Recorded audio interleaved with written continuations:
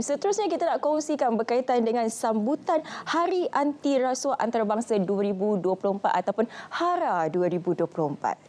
Untuk makluman anda, HARA ataupun Hari Anti Rasuah Antarabangsa ini ianya telah diisytiharkan oleh Pertubuhan Bangsa-Bangsa Bersatu pada tahun 2003 iaitu tarikh 9 Disember ini dipilih sebagai tarikh keramat untuk kita meraihkan usaha kita bersama, komitmen bersama untuk memerangi rasuah. Jadi hari ini kita cukup berbesar hati kita bersama dengan Penolong Kanan Pesuruhjaya Aini Awang Muda yang merupakan Ketua Cawangan Sosio Budaya dan Politik Bahagian Pendidikan Masyarakat Suruhanjaya Pencegahan Rasuah Malaysia. Assalamualaikum. Waalaikumsalam, Tuan. Okey, kalau kita boleh lihat sedikit, Malaysia sebenarnya berusaha untuk menduduki tangga ke-25 ke atas dalam Indeks Persepsi Rasuah CPI Dunia sejajar dengan Strategi Pembenterasan Rasuah Nasional 2024-2028. Dan juga kerajaan juga baru ini menubuhkan pasukan petugas khas CPI bagi merealisasikan lagi sebenarnya sasaran ini.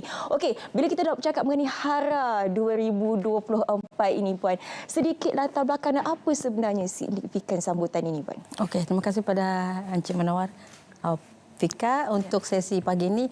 Terlebih dahulu saya ingin ucapkan ribuan terima kasih kepada RTM untuk sesi sambutan Hari Anti Rasuah Antarabangsa, iaitu kalau kita kenal sebagai International Anti-Corruption Day.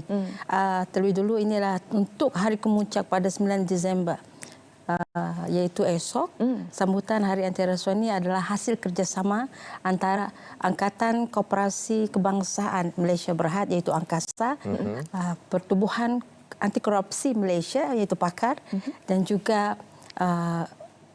kita panggil NFCC iaitu Pusat Pencegahan Jenayah Kewangan Nasional. Kerjasama di antara tiga agensi ini perlulah kita hargai.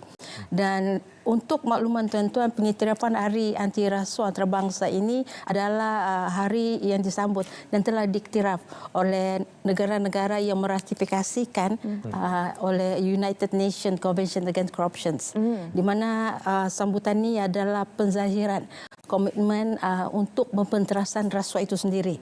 Dan Malaysia telah menerjemahkan komitmen ini. Dan sebagai agensi unggul iaitu untuk membenteras rasuah, SPRM telah diamanahkan untuk menjalankan aktiviti pembenterasan rasuah. Justru itu bagi penentangan rasuah ini, SPRM telah menyambut dia sebagai hari sambutan, kita panggil sambutan tahunan bagi menerjemahkan komitmen pembenterasan rasuah ini. Dan untuk maklumat tuan-tuan juga, sambutan Hari Rasuah ini telah pun diiktiraf oleh negara-negara yang ada dalam United Nations itu tadi.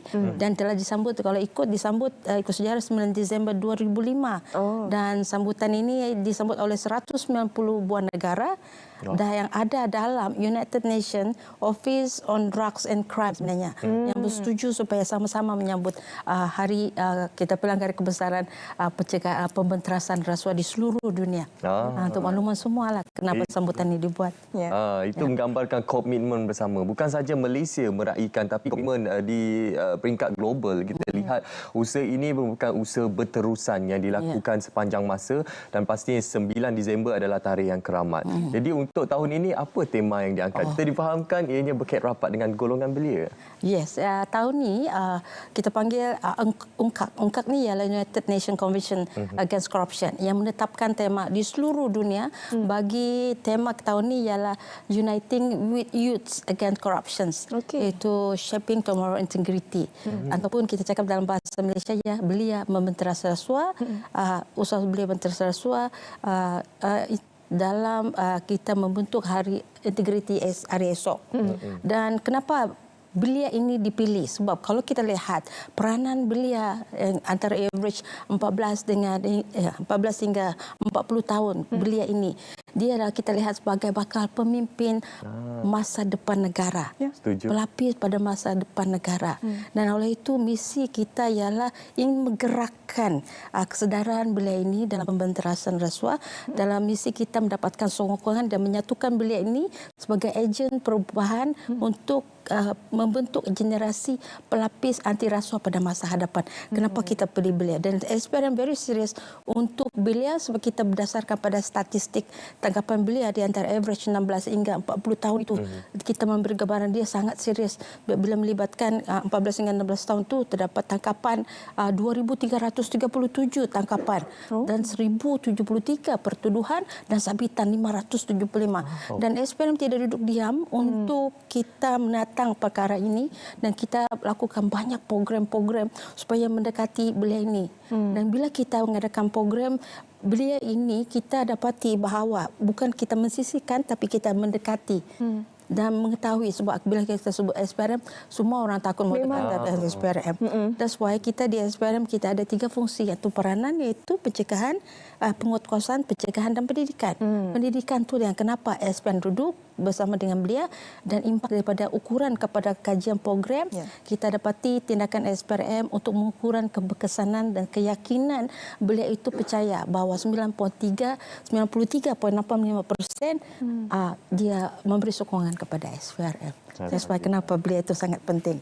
Kalau kita menyentuh mengenai pendidikan itu tadi, kalau untuk tahun ini sebab temanya berfokuskan kepada belia, sebab kita tidak mahu menjadikan rasuah ini sebagai satu budaya tradisi turun-temurun. Kata sebab senior buat, kami pun buat juga. Itu yang kita tidak mahu sekarang ini. Jadi dari sektor ataupun dari sudut pendidikan itu, bagaimana keterlibatan SPRM sendiri? Kalau dari sudut pendidikan untuk makluman tuan-tuan kan, kita semua di pegawai SPRM bergerak dengan punca kuasa yang diberi. Punca kuasa untuk pencegahan rasuah kita jatuh pada Seksyen 7, F dan G iaitu sokongan dan mendidik masyarakat dan mendapat sokongan berterusan. Bila mana antara program-program sebab kita tengok Tuan Munawar dan Syafiqah. Kita tengok sekarang bila generasi ini melihat generasi yang terdahulu mengamalkan rasuah. Kita just cut off rantaian rasuah tersebut. Dan bagaimana kita buat, kita lihat dari segi struktur pendidikan itu sendiri. SPRM sekarang kita berkolaborasi dengan Kementerian Pendidikan Malaysia dan juga Kementerian Pendidikan Tinggi. Kita ada silibus-silibus supaya kita masuk sehingga ke akar umbi kepada golongan sekolah rendah, menengah dengan program wira anti rasuah dengan angkatan mahasiswa anti rasuah dan juga program-program lebih kepada mendekati diri SPRM itu sendiri turun bersama masyarakat bahawa kita sebenarnya bukan untuk tujuan menangkap tapi untuk tujuan mendidik, berbagi keadilan kepada masyarakat apa itu bentuk-bentuk rasuah. Bila mana kita balik bahawa mahasiswa ni, kalau kita tengok pendidikan sebab kita menyentuh tentang belia.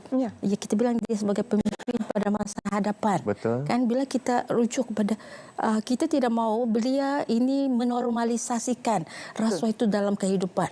Kita cut off, kita putuskan rantaian rasuah itu dan dengan program-program SPRM. Kita juga membuat pengukuran bahawa kita bagi kajian kepada Universiti Putra Malaysia, Universiti Kebangsaan Malaysia.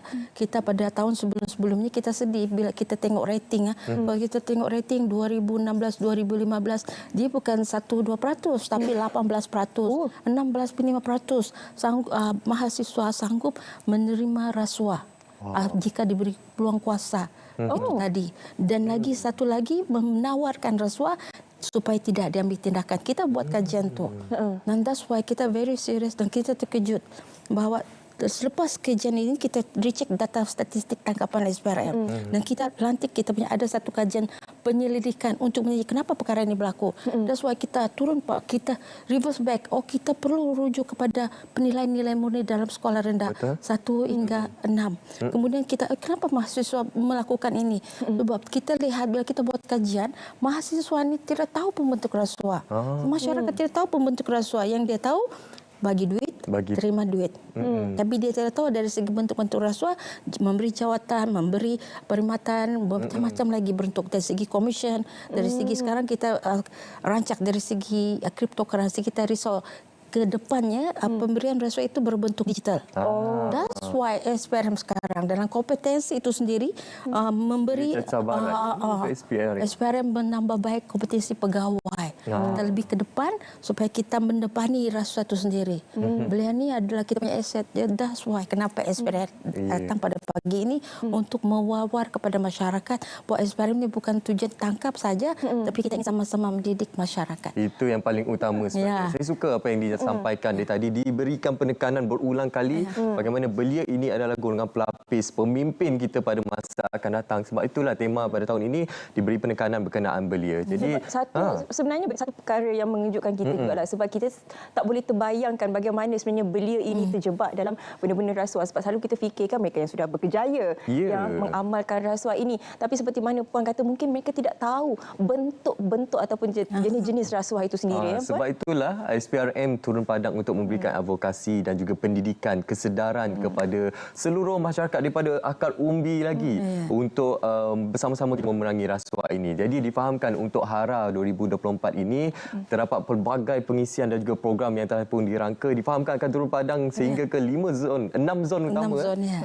Kita telah pun kalau ikut pelaksanaan 6 kita sebenarnya rancang 6 zon. 5 sudah terlaksana, iaitu zon utara, zon timur, zon selatan, zon Sabah dan Sarawak. Kali ini kemuncaknya besoknya kita akan adakan pada masyarakat untuk makluman, kita wawarkan melalui Facebook SPRM bersama dengan Facebook Angkasa dan mana-mana agensi mewawarkan melalui, kita buat secara live. Jadi kita menyuruh kepada masyarakat untuk sama-sama meraihkan bersama dengan SPRM bahawa kuasa kita eksklusif ini, kita mengimbau masyarakat bahawa kita bersama-sama sebenarnya. Bukannya kita terasing sebagai satu agensi unggul untuk mementeras rasuah. No, dia bukan kuasa eksklusif. Tapi peranan masyarakat tu melaporkan, kan, memberitahu mana kesalahan-kesalahan itu berlaku dan SPRM bertindak atas laporan rasuah itu. Dan pengisian dalam 6 tu tadi antara untuk kemuncak program besok kita ada pengisiannya ada 3 sesi. Satu sesi berkaitan dengan forum, dia berbentuk ilmiah. Bila dia berbentuk ilmiah, kita datangkan dengan tajuk cabaran masa depan, integriti dan anti rasuah. Di mana hala tuju NGO. NGO ni kita ambil daripada belia yang berdaftar dengan pejabat pendaftaran belia Malaysia, umur range daripada 16 hingga 40 tahun itu tadi. Belia-belia ini datang daripada NGO-NGO itu tadi, dan dalam forum ni nanti didatangkan dengan 3 panelis. Panelis yang pertama ialah yang berbahagia Dato' Sri Samsun Baharin bin Jamil, iaitu Ketua Pengarah Pusat Pencegahan Jenayah Kewangan Nasional, NFCC.